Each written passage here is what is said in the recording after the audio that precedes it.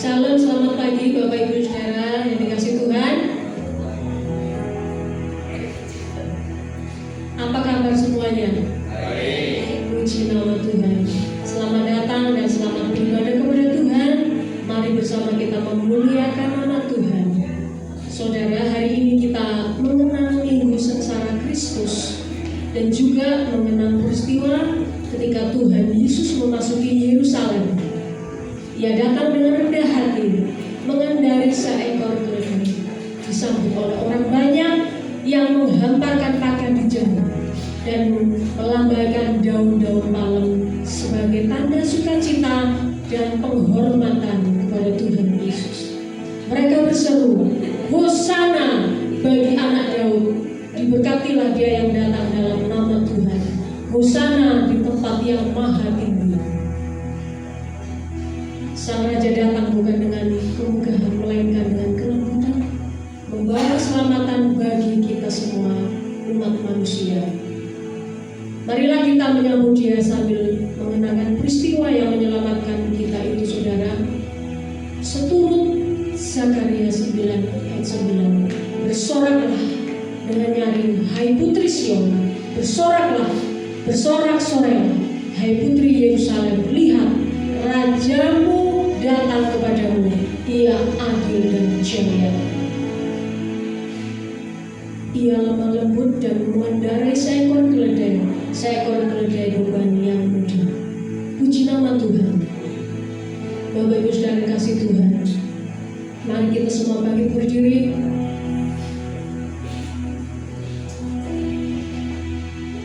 Pertolongan kita adalah dari Tuhan yang menjadikan langit dan bumi, laut dan segala isinya, yang memelihara kasih setianya sampai selama-lamanya. Marilah kita semua datang dalam hadirat Tuhan, memuji dan menyembah Tuhan, sebab sungguh besar dan penuh kuasa Allah kita. Kita naikkan pujian di hadapan Tuhan pagi hari ini dengan sepenuh hati kita. Bila kulihat bintang berterbangan, maka jiwa kami memuji Kau ya Tuhan. Jiwa kami memuliakan nama-Mu Bapa. Haleluya. Bersama-sama katakan, bintang berlawan dan bumi-bumi mendengar. Ya Tuhanku, kami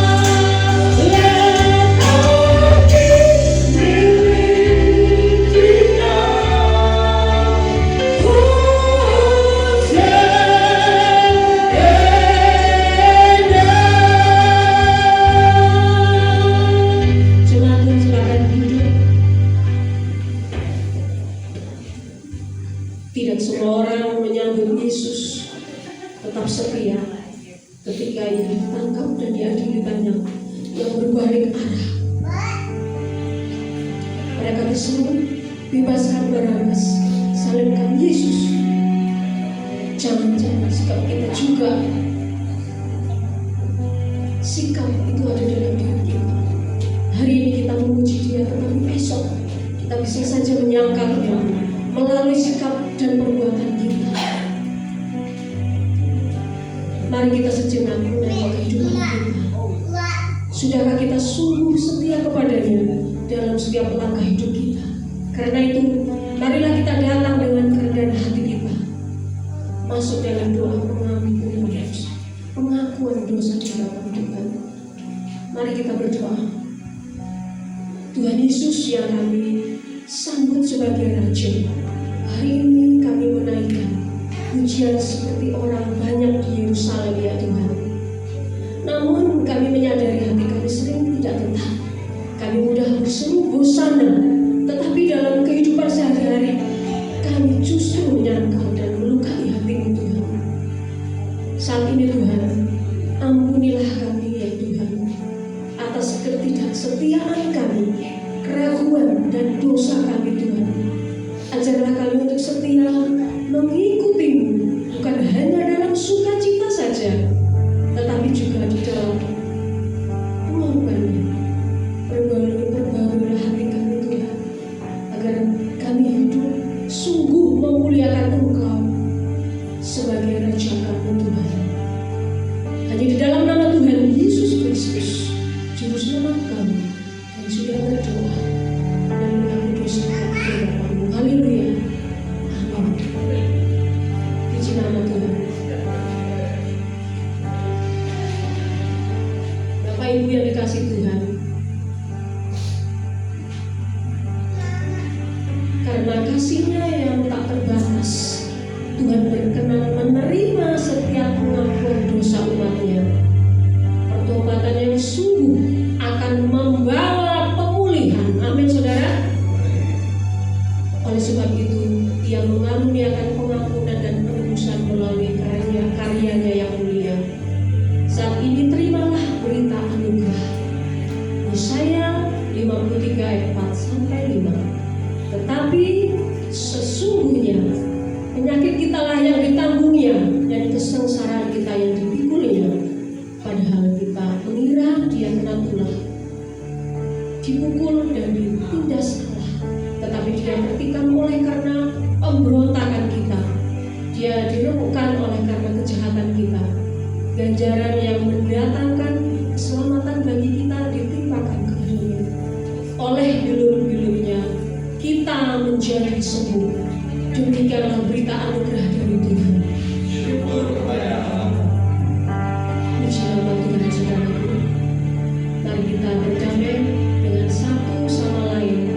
Mari berikan salam kita kepada semua saudara kita, kiri, kanan, depan, belakang, dan katakan damai Kristus besertamu. Damai Kristus besertamu. Damai Kristus besertamu. Damai Kristus besertamu. Haleluya, puji nama Tuhan.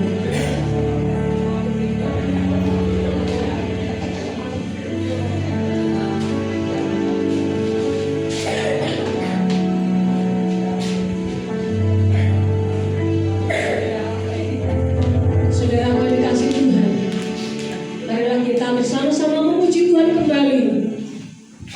Seperti saat itu saudara ya, melambaikan daun palem, maka kita akan memuji Tuhan sambil mengibarkan daun palem yang sudah Bapak Ibu terima ya.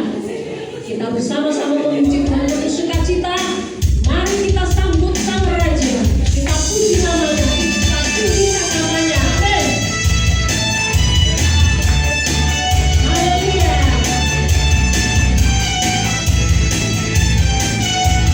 Bersama-sama katakan.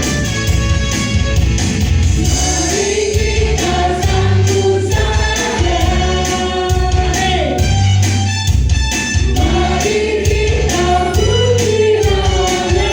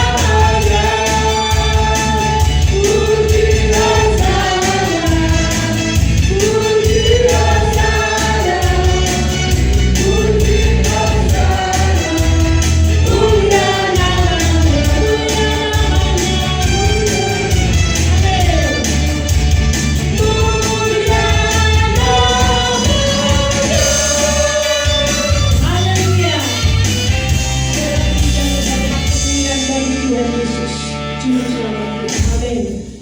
Puji nama Tuhan. Kita memuji Tuhan kembali ya Bapak Ibu. Amin. Haleluya. Karena Tuhan Yesus sungguh baik, sangat baik dalam setiap kehidupan kita.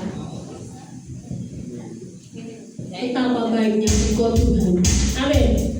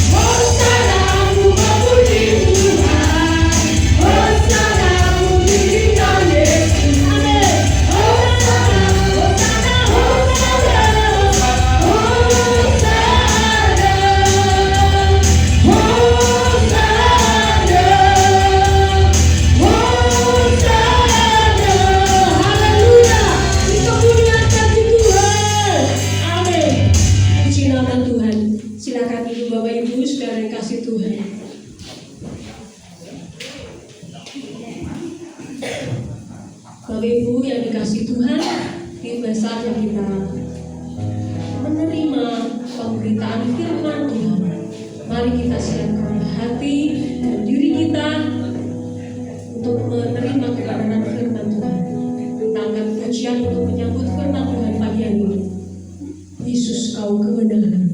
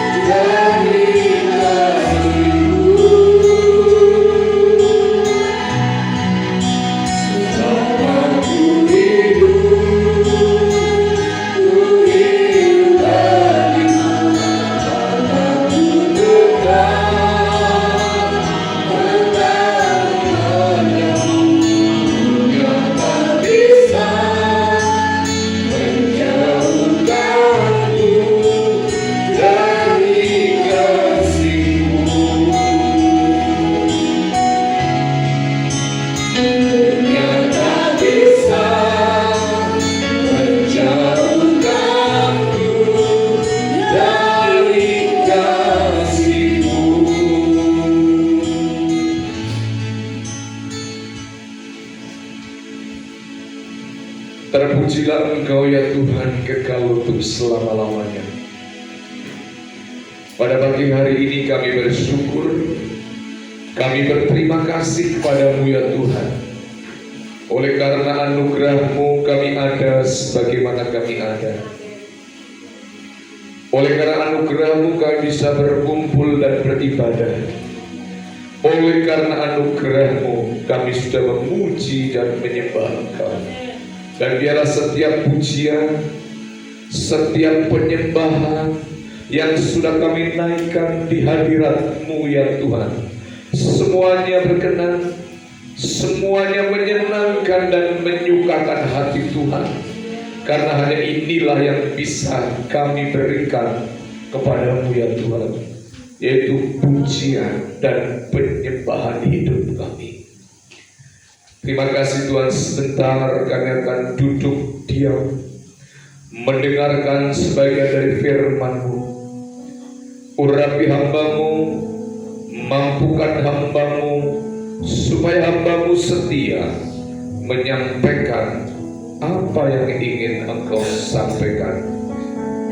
Setiap kuasa kegelapan roh jahat yang mau mengganggu pikiran kami singkirkan, kami patahkan di dalam nama Tuhan Yesus Kristus.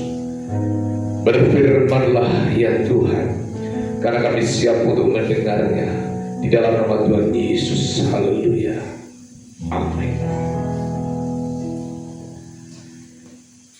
Selamat pagi Bapak Ibu yang dikasihi oleh Tuhan. Selamat pagi Bapak Ibu yang dikasihi Tuhan. Shalom, apa kabar? Baik, puji Tuhan, semuanya baik, semuanya sehat. Itu semua karena anugerah dan kebaikan Tuhan. Bapak Ibu yang dikasihi oleh Tuhan, ya, pagi hari ini kita akan beribadah bersama-sama, di mana minggu pagi ini kita ya merayakan sebenarnya masa-masa prapaskah yang ke-6. Sebentar lagi akan Paskah.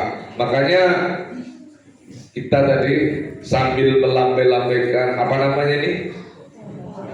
Daun palem ya, atau palma ya, disebut dengan Minggu Palmarum ya.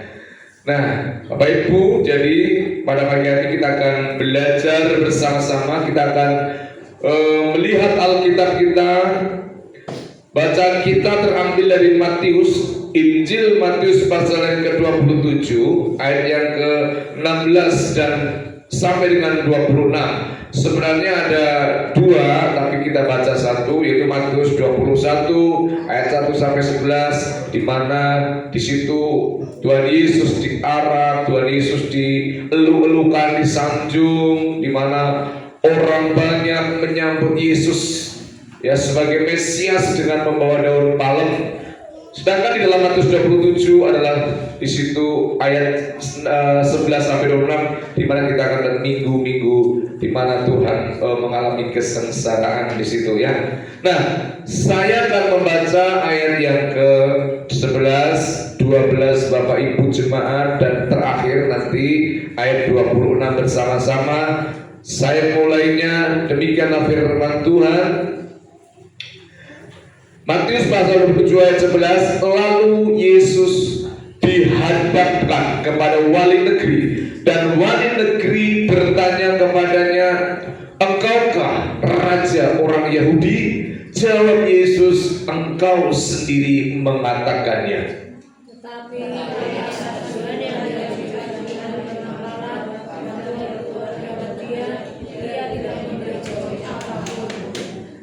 Maka kata Pilatus kepadanya, tidakkah engkau dengar betapa banyaknya tuduhan saksi-saksi ini terhadap engkau? Tetapi ia tidak menjawab suatu apapun, sehingga wali negeri itu sangat heran.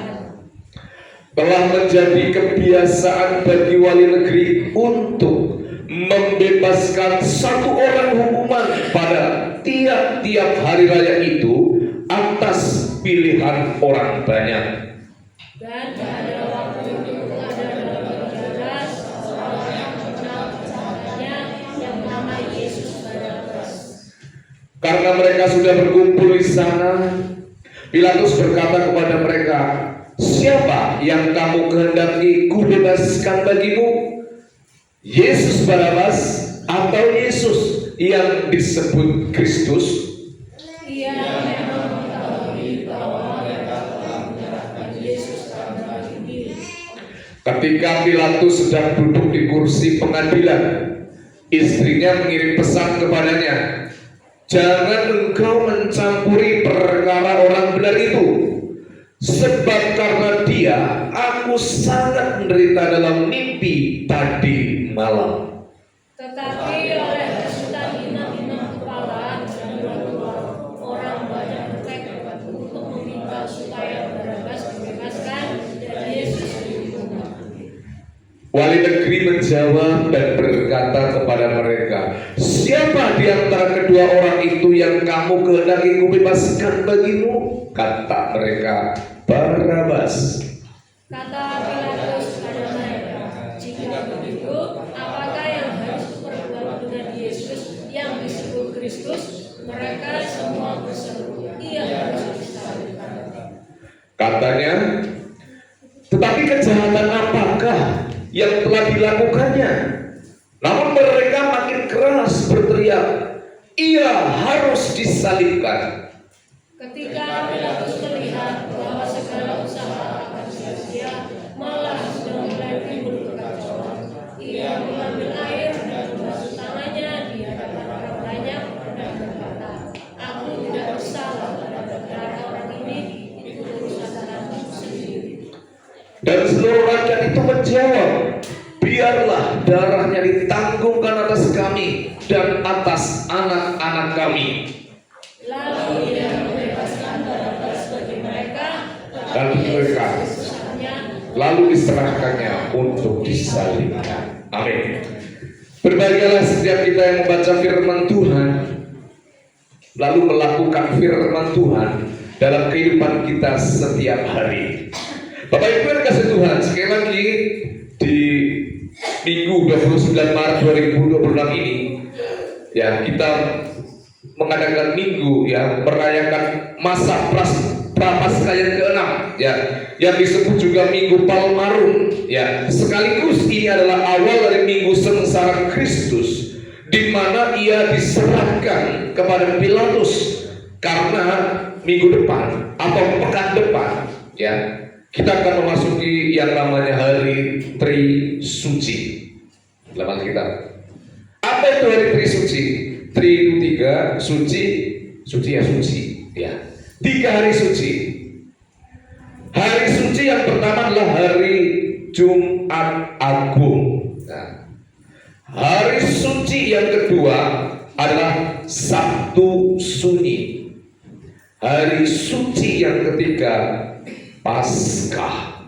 Itu yang disebut Tri Hari Suci, ya, atau hari Trisuci. Jadi 3 hari suci, 3 hari yang kudus. Nah, daun palem, saudara, yang kita pegang ini, daun palem mengingatkan kita akan peristiwa masuknya Tuhan Yesus ke Yerusalem. Ya, bagaimana Tuhan Yesus memasuki kota Yerusalem, ya, lalu orang banyak melambai-lambaikan tangan berkata, "Hosana, Hosana, Hosana." Diberkatilah dia yang datang dalam nama Tuhan, Hosana.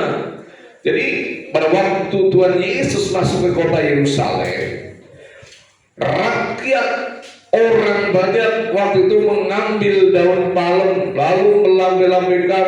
Ada beberapa orang yang menghamparkan kainnya menyambut sang Mesias, menyambut sang Raja yang dinanti-nantikan oleh orang Israel dengan begitu gembira, dengan begitu sukacita, sehingga orang banyak melambai-lambaikan daun palem dan menghamparkan tangan mereka sambil berseru, "Hosana, Hosana."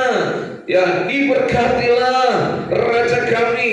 Mari sambut Kristus, mari sambut sang Mesias, sang pembebas untuk negeri Israel, untuk bangsa Yahudi pada zaman itu. Saudara, bangsa Yahudi ya sudah lama sekali menantikan yang namanya raja, yang namanya Mesias, yang namanya pembebas bagi umat Israel. Dan kalau kita melihat saudara sejarah di mana pemimpin yang akan membebaskan bangsa Israel dari penjajahan Romawi itu disebut Mesias, dan ciri-cirinya, tanda-tandanya itu ada pada diri Yesus. Ketika orang melihat, Yesus bisa membuat orang buta melihat, Yesus bisa membuat orang mati dibangkitkan, Yesus bisa melihat orang lumpuh berjalan, Yesus bisa mengajar dengan sempurna. Ini ada semua ciri-ciri sesuai dengan kitab Nabi Zakaria. Ada ini, berarti ini Mesias. Yesus datang. Ya, dengan begitu gembira, dengan begitu bersukacita, mereka menyambut Sang Mesias dengan ya lambaian daun palem itu sendiri. Sudah sejak sekitar tahun 600 sebelum Masehi, ya, sejak tahun 600 sebelum Masehi, ya, Israel sudah dijajah oleh bangsa Romawi. Jadi namanya bangsa Romawi itu sudah terkenal dari dulu sampai sekarang. Maka ada istilah banyak jalan menuju Roma. Pernah dengar enggak? Banyak jalan menuju Roma. Lalu disambung, tapi hanya satu jalan menuju surga. Bukan sambungannya. Tapi yang sambung katakan banyak jalan menuju Roma, itu fakta.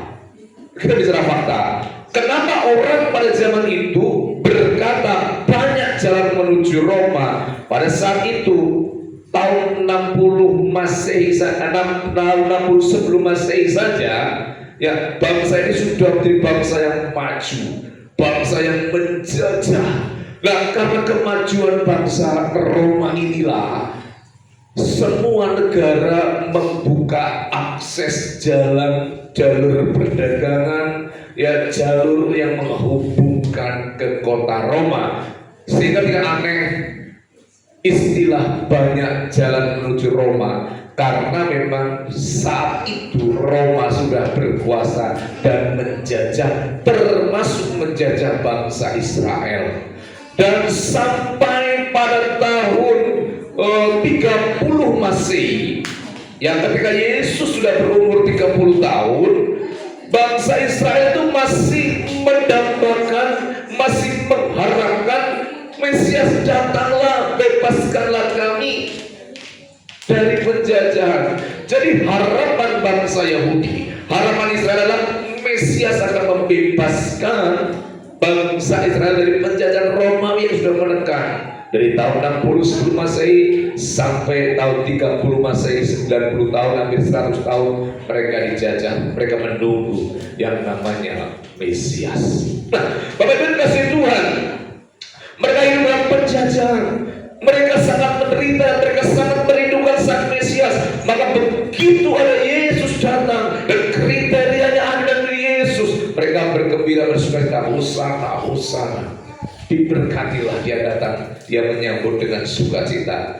Saudara, kita melihat Alkitab banyak bercerita, ya, Alkitab banyak berbicara tentang pembebasan. Sudah ingat, ketika ya Alkitab berbicara mengenai pembebasan, Israel pernah dibebaskan oleh Musa dari Mesir. Ingat? Ya, di mana Israel pernah ya dibebaskan dari orang Mesir melalui Musa. Lalu ketika tahun 722 sebelum Masehi, di mana bangsa Israel dibuang ke Babelonia, Babel, sekarang Iran. Nah, itu dulu Babel, negara Babel. Nah, itu dibebaskan juga. Dan pada akhirnya tahun 568 ketika Daud yang tidak jadi raja, Daud itu menurunkan anak yang namanya Salomo atau Soleman dijadikan raja.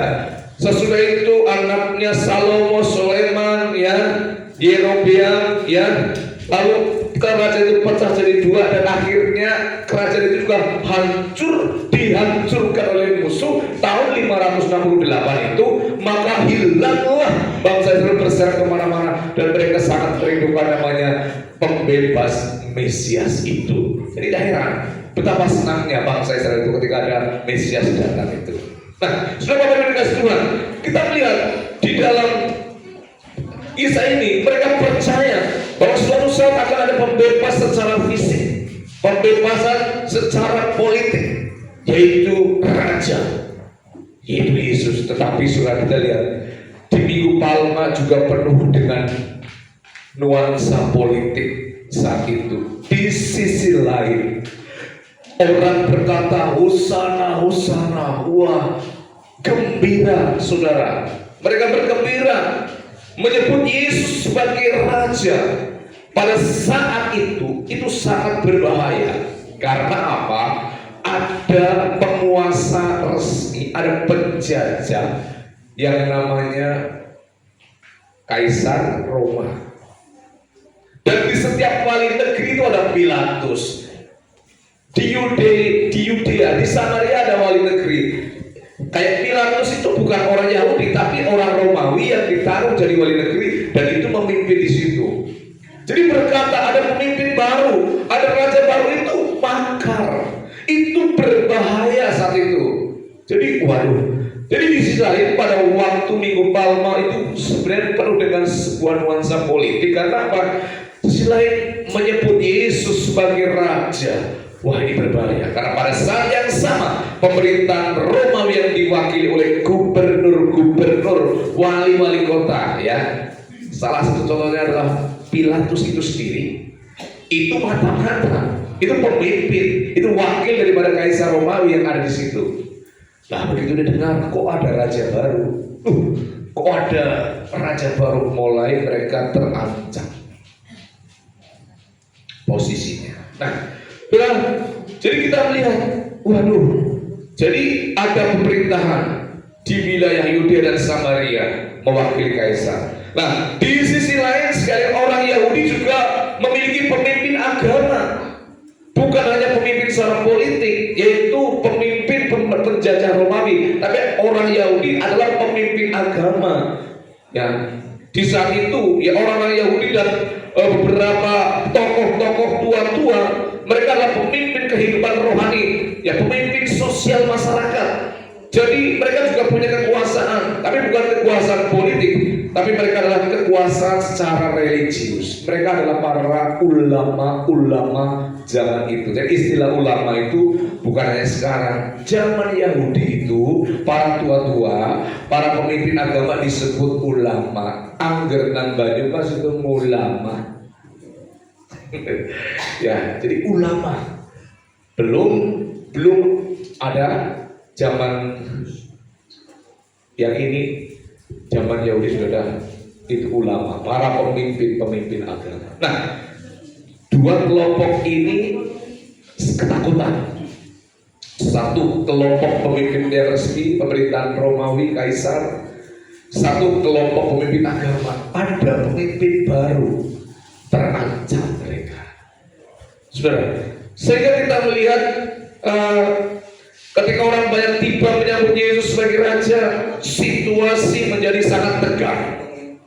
Di satu sisi banyak orang bersukacita, bergembira, ya, tapi di sisi lain para pemimpin Romawi dan pemimpin agama menjadi gelisah dan takut. Seruan Hosana, Hosana bisa sebagai bentuk harapan akan pembebasan bagi orang Yahudi. Tapi seruan Hosana, Hosana, Hosana bisa sebagai diartikan bentuk perlawanan kepada pemerintahan Romawi atau kepemerintahan yang baru.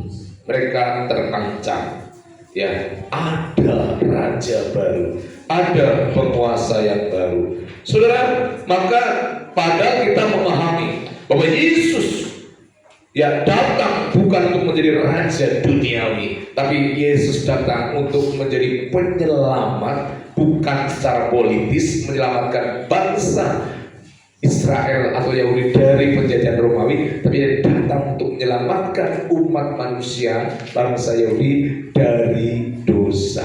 Amin, Bapak Ibu. Nah, ini yang perlu dipahami, kesalahpengertian itu.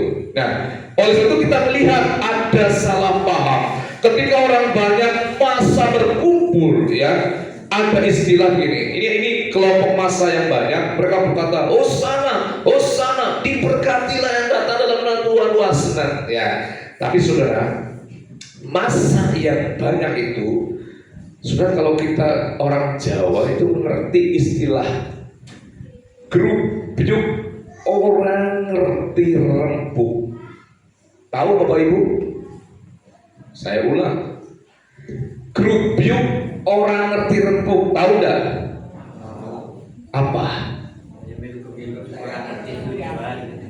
Sing penting rame, sing penting yang melu, bener luput, embuk, sing penting akeh batire, sing penting akeh balane. Ditanya tujuannya apa? Tidak ngerti, sing penting rame-rame, seneng akeh batire, tidak tahu esensi, tidak tahu kebenarannya, ya. Maka istilah grup yuk orang ngerti rempuk itu adalah ikut-ikutan tanpa mengerti tujuannya apa. Jadi di situ terjadi banyak orang yang hosana, tapi tidak ngerti. Cuma grup yuk orang ngerti rempuk, nggak tahu apalah. Yang penting ikut-ikutan. Kan kita sering, loh, kamu kok gak mau percaya Tuhan? Lah, yang penting akeh batire. Tak paham, saudara tahu? Tidak ngerti benar. Nah, kalau di dunia anak muda, kita mungkin gak terlalu tren tentang grup yuk orang ngerti rempuk. Tapi kalau di dunia anak muda itu istilahnya FOMO. Ada tahu FOMO? Apa? Diva, tahu FOMO ya? Tahu. Rehan ya? Apa coba FOMO? Rehan? Tadi ya? Ya? Ikut-ikutan. Fear of missing out. Jadi ikutlah, takut ketinggalan tren, gitu kan? Ya kan? Trennya apa ini? Oh, trennya pakai katok bolong buri, misalnya. Ikut-ikutan, ikut FOMO. Ya. Oh, ini yang lagi ramai adalah celana yang panjang satunya diketok, satunya enggak. Ya, misalnya. Takut. Jadi anak muda itu takut ketinggalan yang tren-tren. Betul enggak? Tapi apakah dia ngerti esensinya, tujuannya apa? Enggak. Yang penting kan ikut-ikutan. Betul enggak? Betul? Cara berpakaian, cara semuanya, yang penting ikut-ikutan tapi tidak tahu maksud dan tujuannya. Ya. Jadi di kalangan anak muda, FOMO, fear of missing out. Jadi ikut-ikutan. Misalnya ada orang yang, saya pengen viral, ikut-ikutan tanpa tahu alasan yang jelas. Ada orang grup lah, mukulin orang, ikut mukulin. Salahnya apa? Gak tahu. Pernah saudara tahu ikut mukulin orang, gak tahu salahnya? Yang penting, artinya nyong copet, padahal salah orang. Bisa gak? Bisa. Karena tidak tahu kebenarannya. Ya. Nah, saudara, kita lihat hal inilah yang terjadi pada saat orang banyak di Yerusalem berteriak. Ya, habis mereka berkata, Hosana, Hosana, diberkatilah dia yang datang dalam nama Tuhan. Tetapi ternyata tidak sesuai dengan ekspektasi, tidak sesuai dengan harapan. Ternyata Yesus itu yang bukan raja yang diharapkan untuk membebaskan orang Israel dari penjajahan Romawi, lalu berubah dengan seketika. Tadi bilang Hosana, kemudian bilang salibkan dia. salibkan dia. Orang yang sama yang mengeluarkan statement yang berbeda dalam durasi waktu yang tidak begitu jauh. Pertama memuliakan, Hosana, Hosana, diberkatilah dia. Tetapi setelah apa yang menjadi keinginan hatinya tidak tercapai dan Yesus tidak mengabulkan keinginan hatinya, dia berkata, salibkan dia, salibkan dia. Sesuatu yang sangat ironis. Bisa sebentar kita bisa haleluya, puji Tuhan, saya sungguh diberkati oleh Tuhan.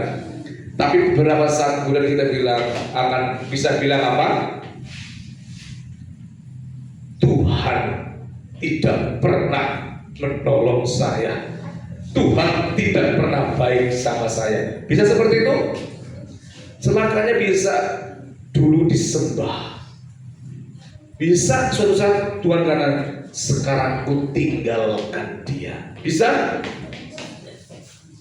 Ini karena ikut-ikutan. Nah, Bapak Ibu yang dikasih oleh Tuhan, masa dikatakan yang begitu banyak yang berkata salibkan dia, padahal mereka sebelum berkata Hosana, Hosana. Bisa saja hari ini haleluya, puji Tuhan, aku dapat berkat. Besok bisa haleluya, ya kan? Karena apa? Keinginan hatiku tidak terpenuhi. Masa dikatakan yang begitu banyak berubah dari mengeluh-elukan, dari memuliakan menjadi mencibir. Jadi langsung dia bahkan memojokkan, mengatakan salibkan dia. Jadi apa artinya kamu tadi bilang Hosana? Gak tahu. Apa artinya tadi kamu beribadah? Gak tahu. Saya cuma ikut-ikutan kok. Bahaya. Jangan menjadi orang Kristen, jangan beriman kepada Tuhan Yesus karena ikut-ikutan. Tetapi secara pribadilah, kenallah dia bahwa dia adalah Tuhan dan Juru Selamatku. Amin. Amin. Ini bahaya. Karena apa? Pada saat ekonomi kita kacau, pada saat kita mencari uang susah, pada saat kita dalam kondisi terpuruk, pada saat kita mungkin semua doa, harapan, pergumulan yang kita inginkan tidak tercapai, apakah masih kita berkata puji Tuhan, Hosana? Apakah kita masih mencintai Tuhan? Apakah kita masih mengutamakan Tuhan? Jujur saudara, kadang hanya masalah sedikit saja kita bisa tidak ibadah saudara. Kita bisa tidak memuliakan Tuhan. Kita bisa mengeluh dan menghujat Tuhan. Karena itulah pengenalan secara pribadi itu penting. Saudara, emosi seperti benci dan marah bisa meluap dengan hebat. Tetapi ketika ditanya alasannya, sering tidak tahu, hanya ikut-ikutan. Masa yang besar yang dapat membuat seorang kehilangan rasionalitas. Jadi masa yang begitu banyak, masa itu yang begitu berkerumun bisa membuat orang kehilangan akal sehat. Hati-hati. Masa yang begitu banyak bisa kehilangan akal sehat, rasionalitas. Antemi baik, pukul kayak orang nonton tinju di TV loh. Lagi tuh, ayo, pukul. Nah, kita terprovokasi. Nah, oleh sebab itu kita melihat masa yang besar dapat membuat orang kehilangan akal. Pikiran yang jernih jadi hilang. Orang bisa terprovokasi dan melakukan hal-hal yang sebenarnya mereka tidak pahami. Kok saya jadi memukuli orang ya? Kok saya jadi mengambil langkah seperti ini? Kok saya seperti kehilangan akal sehat karena apa? Banyak orang yang mempengaruhi dia. Ingat, jangan sampai imanmu terpengaruh oleh orang banyak, terpengaruh oleh omongan orang, terpengaruh oleh ekonomi, terpengaruh hal-hal lain. Faktanya memang kita kesulitan, dan bukan hanya orang Kristen yang sulit. Semua orang lagi sulit. Faktanya bukan hanya Indonesia yang sedang sulit, India pun sulit. Betul? Nah, tapi kalau kita punya pengenalan yang benar, kita akan jernih, saudara. Tidak kehilangan akal sehat. Dalam ayat 20 kita melihat, ya, disebutkan bahwa ada hasutan dari para tua-tua dan para imam Yahudi. Artinya pemimpin agama pun bisa mempengaruhi massa. Hati-hati. Pemimpin agama, ya, kalau ulamanya Kristen ya pendeta, bisa mempengaruhi massa. Ya, saudara, dalam masyarakat yang religius, ya, suara pemimpin agama sangat didengar. Apa yang mereka katakan bisa langsung diikuti tanpa berpikir panjang. Betul tidak? Ya. Apa kata pemimpin agama, apa kata, ya, pemimpin religius, diikuti tanpa iris, benar dan akal sehatnya gak jalan. Yang penting pemimpinku bilang begitu, saya lakukan. Ini terjadi pada saat Tuhan Yesus di Yerusalem. Motivasi daripada hasutan bisa karena iri hati. Karena iri hati jadi menghasut. Seperti orang yang para imam tadi, para tua-tua tadi, para ulama tadi bisa menghasut. Jadi karena iri hati dia bisa menghasut. Motivasi hasutan karena dengki juga bisa. Karena takut tersaingi juga bisa. Atau takut kehilangan pengaruh juga bisa. Sehingga kita menghasut orang lain supaya orang lain jadi benci kepada orang tersebut. Tapi kehilangan akal sehat karena tidak berpikir dengan jernih, tanpa berpikir panjang. Demi kepentingan pribadi, kepentingan kelompok, kepentingan golongan, orang lain jadi korban dan dia menghasut orang. Ini yang terjadi. Jadi dalam kelompok tadi orang bicara hosana, diberkatilah dalam Tuhan, berubah menjadi salibkan dia. Ada kelompok-kelompok yang menghasut orang itu, dan yang dihasut adalah orang yang kehilangan akal sehat, yang tidak punya rasionalitas, tidak punya akal sehat dan jernih, sehingga dia hanya gerubyuk, orang ngerti rembuk, hanya FOMO, ikut-ikutan saja. Dan ini berbahaya. Wah, saya mau minum ini. Apa artinya minum? Apa maksudnya minum? Gak tahu, yang penting saya ikut-ikutan minum minuman keras lah. Oh, saya mau merokok. Pakai apa lagi itu? Dia apa itu? Apa? Vape, ya. Saya bingung, gak pernah. Ya. Apa maksudnya? Gak tahu, yang penting kan saya bisa merokok kayak teman-teman yang lain, tapi nggak tahu esensinya, maksudnya, tujuannya. Biar keren, biar gaul. Saudara, Pilatus adalah model pemimpin yang cari aman. Perhatikan, Pilatus adalah model sosok pemimpin yang cari aman. Hati-hati banyak kok. Saya lihat pemimpin cari aman. Waktu urung jadi, was boleh ngomong. Begitu ada masalah, dijor, karena takut ditekan sama kelompok tertentu, malah ngumpet nanti. Ada seperti itu? Ada. Pemimpin-pemimpin yang waktu belum jadi minta didukung begini. Giliran kita mendapat masalah, mereka orang ngerti, bilang, saya malah gak ngerti. Aduh, maaf ya. Cari aman. Paham Bapak Ibu? Cari aman dia. Supaya aku, karena dia lebih banyak, kamu sedikit. Jadi saya cari aman. Saudara, Pilatus adalah orang Romawi, bukan orang Yahudi. Dia sebenarnya tahu Yesus tidak bersalah. Tahu persis. Bahkan Bahkan istrinya pun memperingatkan dalam bahasa tadi, jangan kau sentuh Yesus orang itu, karena dalam mimpi tadi malam saya sangat ketakutan. Tetapi begini, tahu bahwa dia benar pun, karena memang dia pemimpin, dia pilih cari aman. Biasanya pemimpin sama orang kaya yang punya banyak, pilihnya cari apa? Cari aman. Tahu Yesus tidak bersalah, tapi sekali lagi Pilatus cari aman.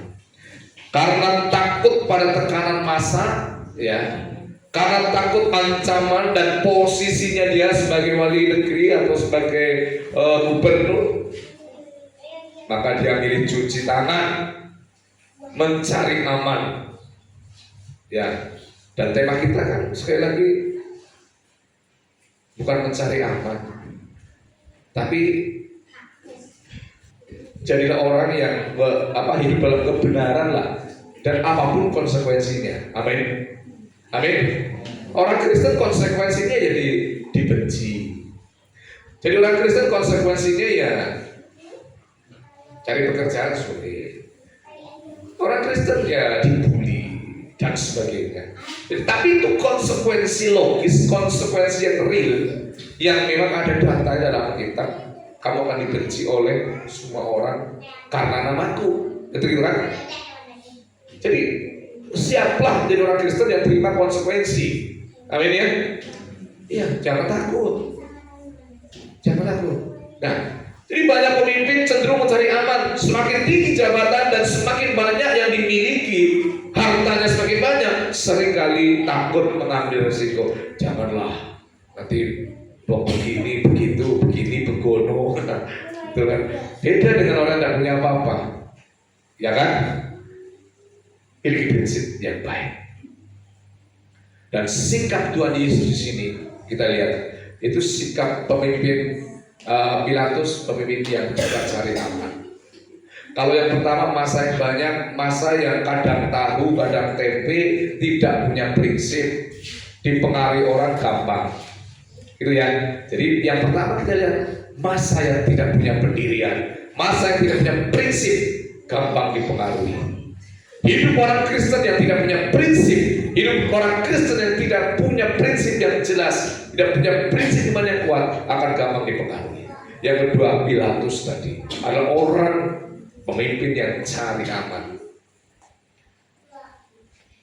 Orang tua yang cari aman ketika anaknya sedang ada masalah, itu juga jelek. Orang tua pun harus bisa melindungi anak-anaknya yang dalam kesulitan. Amin. Jangan cari aman sendiri. Nah, Tuhan Yesus sikapnya beda. Sikap Tuhan Yesus dalam ayat 12 dan 14, ketika Pilatus menyampaikan tuduhan dari orang banyak, Yesus diam. Yesus tidak menjawab, dan itu memperparah suasana. Karena apa? Ketika Pilatus dan orang banyak menuduh Yesus, kok nggak ngeles gitu loh. Yesus nggak cari alasan, cari jawaban untuk membela diri atau membenarkan diri. Sehingga ketika Yesus diam malah memperkuat, oh benar ya Yesus. Kadang kalau diam kan dianggap setuju kan, betul enggak? Dalam rapat-rapat kalau diam berarti setuju. Yesus diam, padahal tuduhan itu serius. Dia bisa dianggap, dia mengakui, dia dianggap ya betul, dan dia tidak membela diri.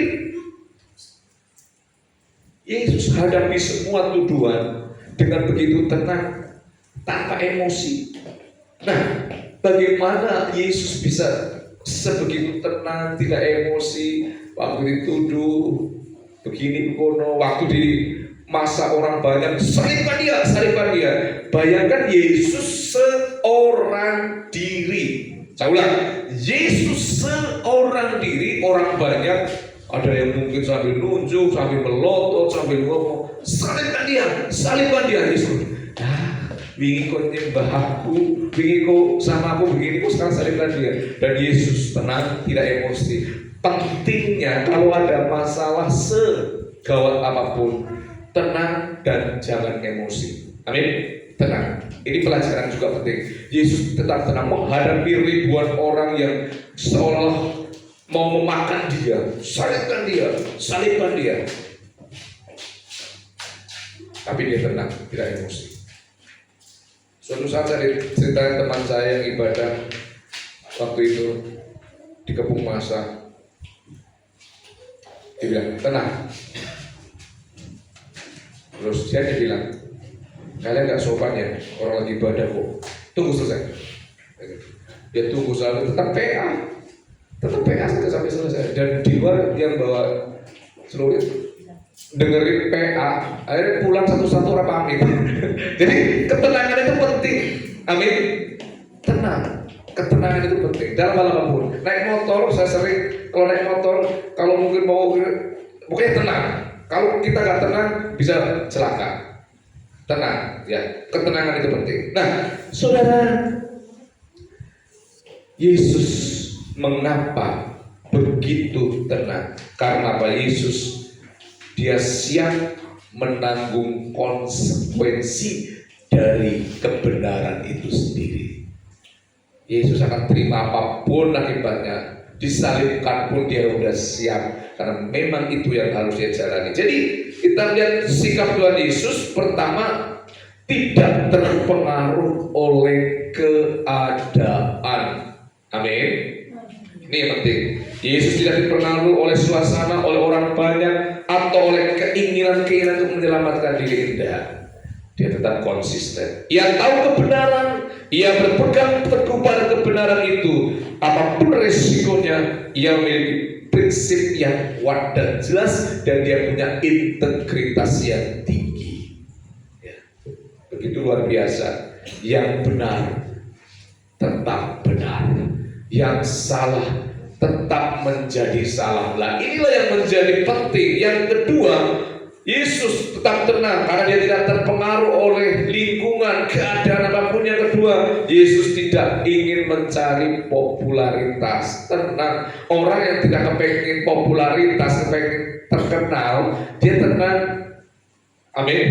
Tapi orang yang kepengen, aduh, kalau orang sing nyanjung ya, padahal lu dandan lagi ya kalau subuh misalnya. Tenang. Orang yang tidak cari popularitas, dia tenang. Yesus tidak bertindak untuk menyenangkan diri sendiri dan tidak bertindak untuk menyenangkan orang banyak, tapi dia juga tidak ingin popularitas sesaat. Dia justru berpikirnya jauh ke depan. Apa itu? Yaitu mengubah paradigma, mengubah pola pikir manusia.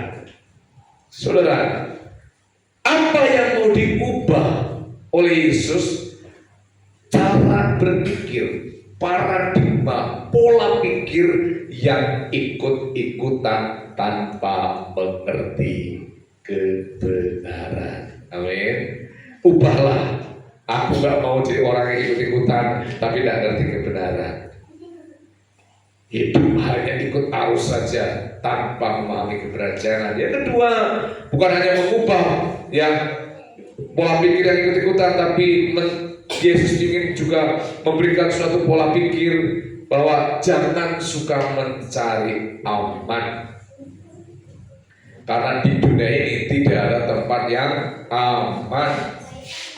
Ya, orang yang selalu mencari aman, hatinya akan terus gelisah. Hari ibadah tempatnya Pak Haji, mereka bilang sebenarnya nominal uangmu itu bagiannya di digit berapa, di rekeningmu itu berapa. 1 juta, 2 juta, 10 juta, apa 100 juta? Gak ada batasannya. Betul gak? Kalau belum punya uang 100 juta, mungkin baru uang 10 juta. Lah Tuhan, kapan aja dari 50 juta. Tapi coba kalau uangnya udah 50 juta, sudah bersyukur, puas? Belum. Karena punya keinginan yang baru. Waktu uangnya belum 50 juta, orang kepengen aku mari Singapura. Sudah 100, 200 ke luar negeri kemana-mana, jadi terus berkembang, tidak ada puasnya manusia. Yesus tidak sekali lagi mencari aman. Sikap ini justru diajarkan, jangan ikut-ikutan, jangan mencari aman, karena di dunia ini tidak ada yang aman. Tapi bukan saya berkata tidak boleh cari duit, harus cari duit, karena duit itu penting. Karena beras tidak bisa dibeli dengan doa, beras tidak bisa dibeli dengan iman, harus dibeli dengan uang. Artinya sertai dengan usaha, dengan ikhtiar, tapi jangan terlalu takut, jangan terlalu cemas gitu loh. Amin ya. Seperti itu ya. Jadi Alkitab mengajarkan jangan takut, jangan khawatir, hiduplah dalam ketenangan. Dan lawan dari takut adalah apa? Iman. Dan iman bukan sesuatu yang pasif. Perhatikan, iman bukan sesuatu yang pasif, tetapi iman itu sesuatu yang aktif, yang bergerak maju, melangkah. Ya. Jadi bukan berarti beriman tunggu gawang, wah nanti teka dewek. Enggak. Iman itu aktif, iman itu progresif, iman itu bergerak, iman itu berusaha. Amin, Bapak Ibu ya. Jangan terjebak, ini wis donga iki, sinaping telu. Saya tidak mengecilkan kuasa doa, tapi kalau saudara donga saja, walaupun saya 3 kali, ada kemungkinan rezeki gak datang kalau saudara berusaha. Betul enggak? Nah gitu loh. Jadi saya bukan, jadi saya sedang tidak mengajarkan, usaha, tapi dalam usaha saudara jangan lupa Tuhan, terus ingat Tuhan, libatkan Tuhan dalam hatimu loh ya, amin ya. Jangan bolak-balik kayak, maaf saya sebut nama Pak Sabtono misalnya, junjung dok dalam nama Yesus, junjung dok pikronan, terus dalam nama Yesus terus yang di hati tidak apa-apa. Ini contoh, sorry maaf, maksudnya saya sebut maksudnya supaya perjelas, jangan Bapak dalam nama Yesus. Saya punya teman mobil itu kalau naik mobil Yesus, habis darah Yesus nih, sedikit darah Yesus, ya jangan latah lah ya. Cukup dalam hatimu, tenang dulu. Saya kan bingung, cuma kepaku darah Yesus, geleo sedikit darah Yesus, inspirasi ember gitu, tenang. Jadi iman itu gak pasif gitu. Iman itu harus bergerak, iman itu harus berusaha, begitu loh ya. Hasilnya ya jangan tanya, hasilnya nanti Tuhan akan memberkati dengan caranya. Jadi saudara harus melangkah. Jadi iman ya, tanpa iman hidup akan terasa kosong. Hanya makan, bekerja, tidur, bersenang-senang, lalu selesai. Nah, saudara, sebagai penutup, konsistensi Yesus dalam kebenaran membuat orang akhirnya percaya bahwa Ia adalah Tuhan. Karena Yesus konsisten dalam kebenaran, Dia berani menghadapi konsekuensi, Dia dikenal dan orang percaya bahwa Dia Tuhan. Jadi karena kekonsistenan Tuhan itulah orang percaya Dia Tuhan. Saudara, jadi tindakan Yesus mencerminkan Dia adalah Tuhan. Apa yang dapat kita pelajari? Tuhan tidak terganggu oleh keadaan dunia. Biarlah yang perang tetap perang. Tuhan melihat jauh melampaui keinginan-keinginan kita yang sementara. Tuhan tidak terpengaruh oleh hasutan kiri kanan yang membuat mungkin jadi lemah. Tidak, saudara. Hosana, mungkin katakan hari ini kita bilang Hosana, tapi besok kalau saudara tidak punya prinsip yang kuat bisa berubah. Hati-hati. Dan sudah banyak faktanya, banyak buktinya yang ada di gereja sini yang dulu haleluya, sekarang udah haleluya. Ada? Ada. Gak usah jauh-jauh, gak usah lihat di YouTube. Di sini pun sudah ada. Haleluya menjadi haleluya. Sudah Minggu Palmarum mengingatkan kita, orang banyak yang menyambut Yesus dengan sorak-sorai bisa berubah menjadi orang yang berteriak salibkan Dia. Seringkali kita juga begitu, ikut-ikutan, terbawa suasana, terbawa arus, atau memilih cari aman seperti Pilatus daripada berdiri tegak dalam kebenaran. Tapi Yesus berbeda, Ia tetap tenang, Ia tetap setia, Dia berpegang teguh pada kebenaran apapun resikonya. Dan hari ini kita diajak bertanya, apakah iman kita hanya ikut-ikutan dan akan ikut-ikutan, hanya ikut arus, atau sungguh-sungguh setia? Oleh itu marilah kita belajar terus setia kepada Tuhan, bukan hanya pada saat enak, pada saat mudah, tetapi pada saat yang sulit sekalipun kita tetap setia dan berkata Hosana. Amin. Kita berdoa. Tuhan Yesus, kami bersyukur untuk firman Tuhan pada saat pagi hari ini. Dimateraikan firman dalam hati kami, dimateraikan firman dalam Allah setiap sanubari kami, sehingga firman itu kami tangkap, hidup, bertumbuh, berkembang, dan nama Tuhan dipermuliakan. Dalam nama Tuhan Yesus kami berdoa. Amin.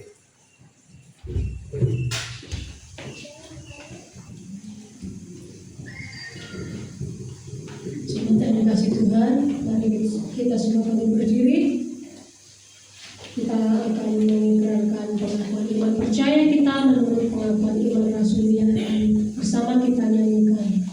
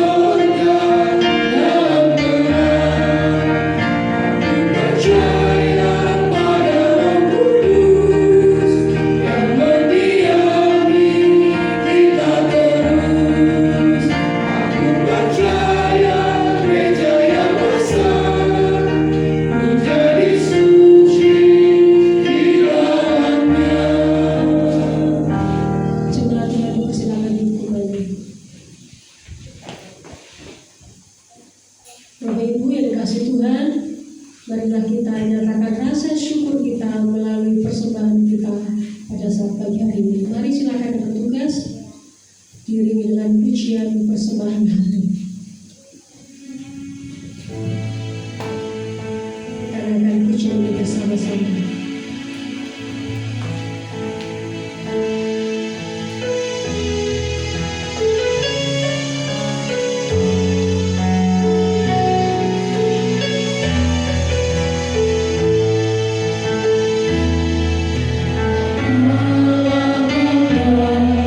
Sebesar kasih-Mu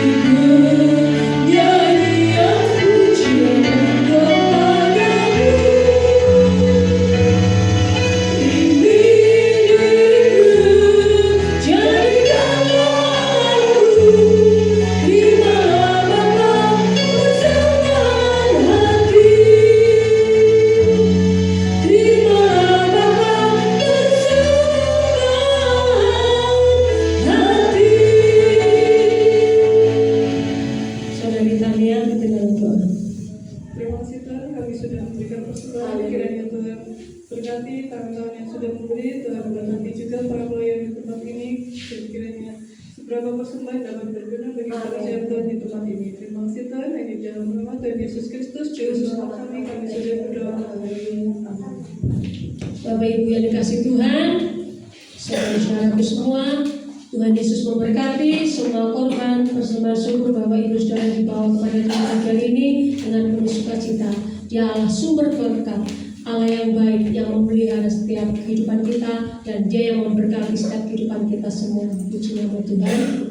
Dan saat ini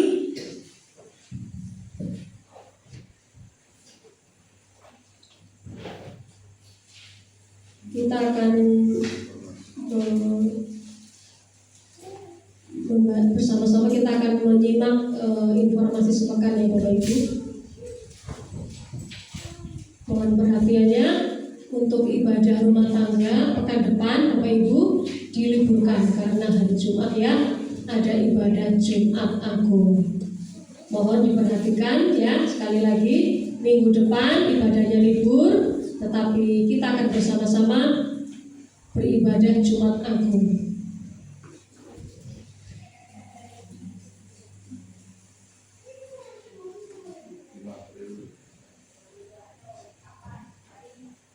Pelayanan ibadah Jumat Agung Bapak Ibu 3 April 2026 pukul 8 pagi. WL-nya Rahel Natalia, singernya Ibu Yohanes dan Bapak Widi, Asher Bapak Ibu Bayu, LCD-nya Saudari Agnes.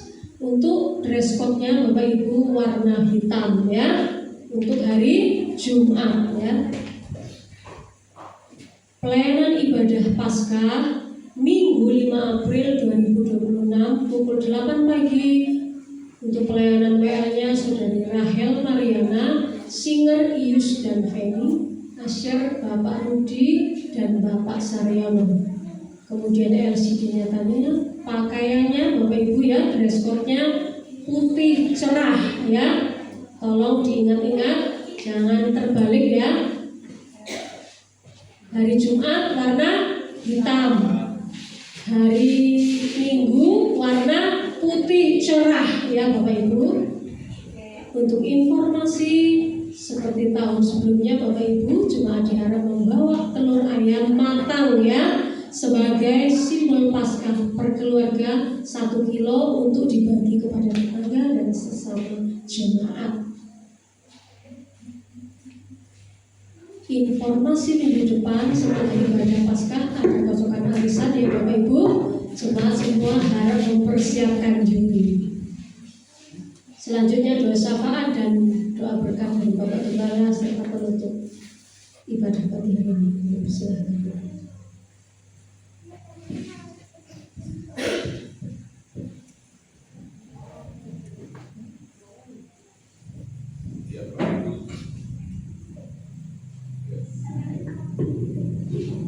Ya Bapak Ibu, semua pertemuan sudah diumumkan.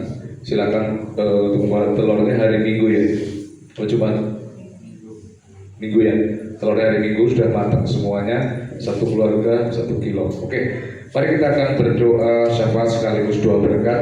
Bapa di surga, pada saat pagi hari ini kami berdoa untuk perdamaian dunia, di mana Amerika, Israel ya dengan Iran yang sedang perang. Tuhan tolong supaya mereka terus dikendalikan oleh Tuhan dan Roh Kudus bekerja sehingga hati mereka menjadi dingin dan perang itu berhenti, karena kami tahu efek dari perang adalah banyak jiwa yang menjadi korban dan secara ekonomi global akan terpengaruh termasuk Indonesia. Maka dari itu sebagai orang beriman, sebagai orang yang beragama, sebagai orang yang bertuhan, kami mendoakan supaya Tuhan perang itu berhenti ya Tuhan. Seluruh dunia menjadi aman, menjadi damai oleh karena tidak ada perang. Tolong Tuhan, baik dari Iran, dari Amerika maupun dari Israel, semuanya bisa menahan diri dan semuanya bisa mengakhiri perang dengan baik. Terima kasih. Kami juga berdoa untuk di tengah krisis khususnya krisis minyak dan bahan bakar. Kiranya pemerintah Republik Indonesia dapat menemukan solusi, cara yang terbaik, cara yang tepat, sehingga Indonesia tidak terlalu berdampak dan tetap aman, khususnya untuk minyak dan bahan-bahan bakar yang lainnya. Kami juga berdoa untuk Purbalingga supaya diberkati Purbalingga, pembangunannya diberkati, masyarakatnya adil, makmur, sejahtera. Bapak Fahmi dan Bapak Dimas pun dengan Forkompindanya mereka menjalankan pemerintahan dengan baik, dengan adil, dengan takut akan Tuhan, sehingga Purbalingga diberkati Tuhan. Kami berdoa bagi Tuhan seluruh pergumulan-pergumulan jemaatmu, diberkati ekonomi jemaatmu Tuhan di tempat ini, agar ekonomi jemaatmu semakin berkembang, semakin diberkati, sehingga ada usaha-usaha yang baru, ada pekerjaan-pekerjaan yang dapat menghasilkan uang. Tolonglah Tuhan, berikan hikmat, kreativitas, kemampuan, supaya semua jemaatmu mereka bisa bekerja, berusaha dan dapat menghasilkan uang, sehingga kesejahteraan di dalam rumah tangga mereka boleh tercapai ya Tuhan. Terima kasih, berkati rumah tangga mereka, supaya kalau ada yang sakit Tuhan sembuhkan mereka, Tuhan pulihkan mereka, Tuhan angkat semua sakit penyakit yang ada dalam tubuh mereka.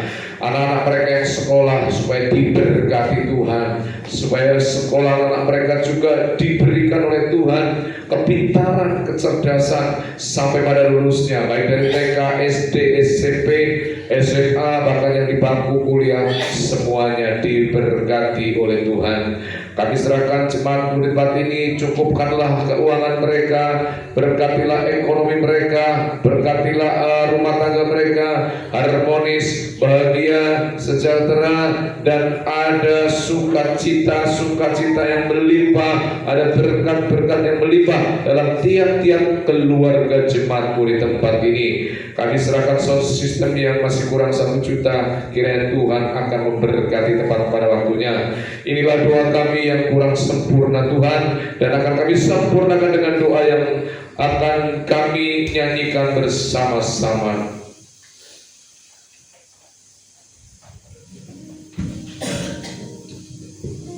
Terima kasih. Haleluya Yesus. Yang ada di surga, dikuduskanlah nama-Mu, datanglah kerajaan-Mu, jadilah kehendak-Mu di bumi seperti di surga. Berkati hari makan secukupnya, ampuni salah kami seperti kami ampuni yang bersalah pada kami.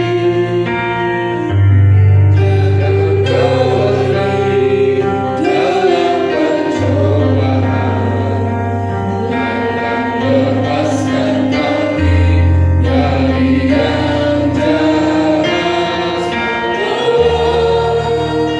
Yang punya kerajaan dan kuasa dan kemuliaan sampai selama-lamanya. Amin.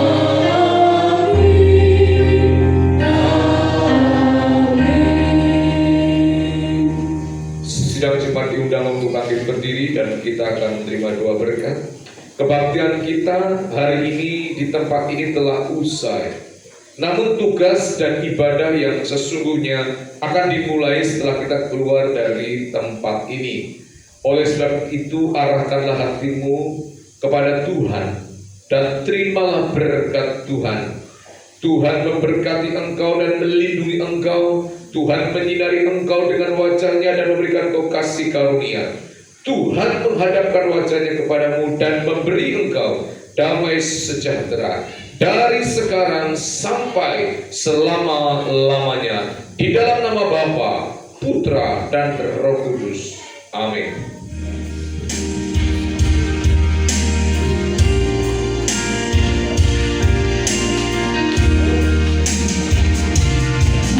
Haleluya, Kau Allah yang